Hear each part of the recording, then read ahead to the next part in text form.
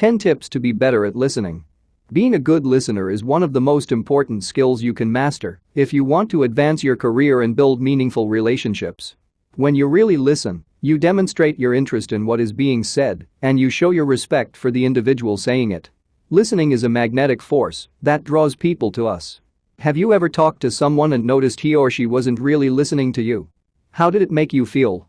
Unimportant? Disrespected? Insulted? Remember those feelings and work diligently to ensure that people never feel the same way when they talk to you. In this video I will highlight 10 things I have learned throughout my career in addition to some lessons my dad taught me. My dad is the best listener I know. Everyone who meets him forms an instant bond with him, and I am convinced that the number one reason for this immediate connection is his genuine and sincere interest in others. It all starts with him being a good listener. 1. Make eye contact. The first step in being a good listener is to make eye contact with people while they are talking.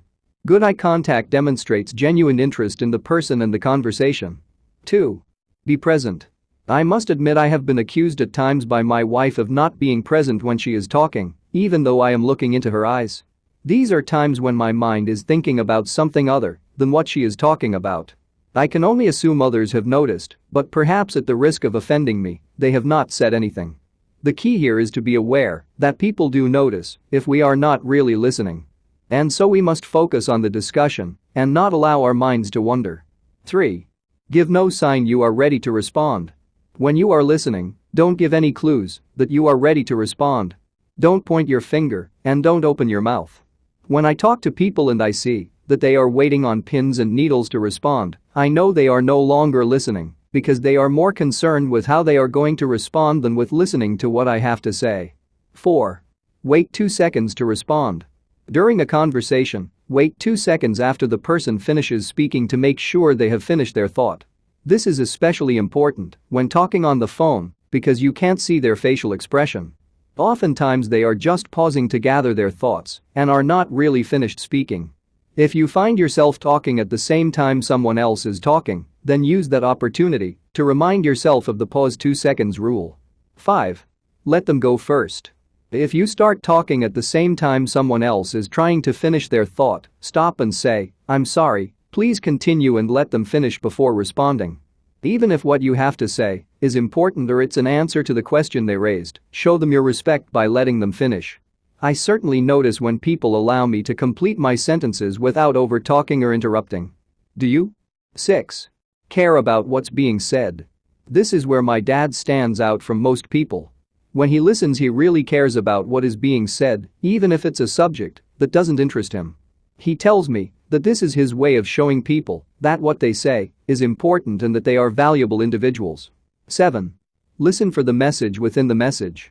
Another one of my dad's skills is to listen for the message within the message.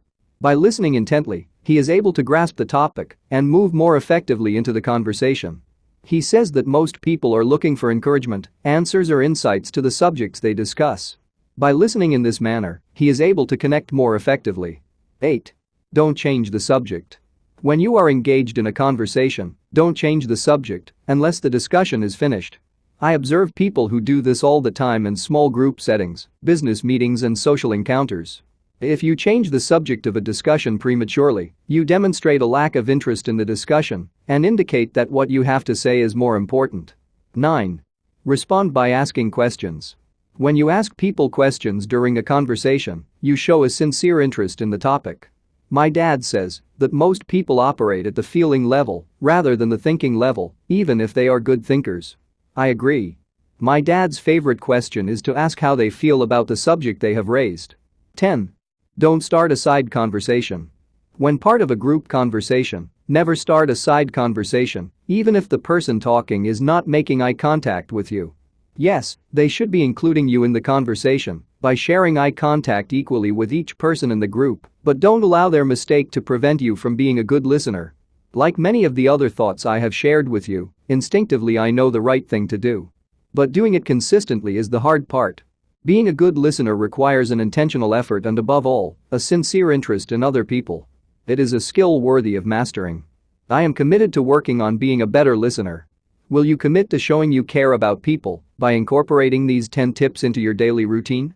On a scale of 1 to 10, What's your commitment? You can make more friends in 2 months by becoming interested in other people than you can in 2 years by trying to get other people interested in you. Thanks for watching. Please help us create more content by supporting our Patreon page at www.patreon.com/discofith. You will instantly gain access to over 400 videos about billionaire biographies and over 140 personal development videos and over 180 Christian videos and over 450 verse and quotes images among other goodies. If you enjoyed this video, please leave a comment, like this video, share this video, and subscribe to this channel and hit the notification bell to never miss another video. You can also check out our second channel, Discofith. Link is in the description. Thank you and God bless you.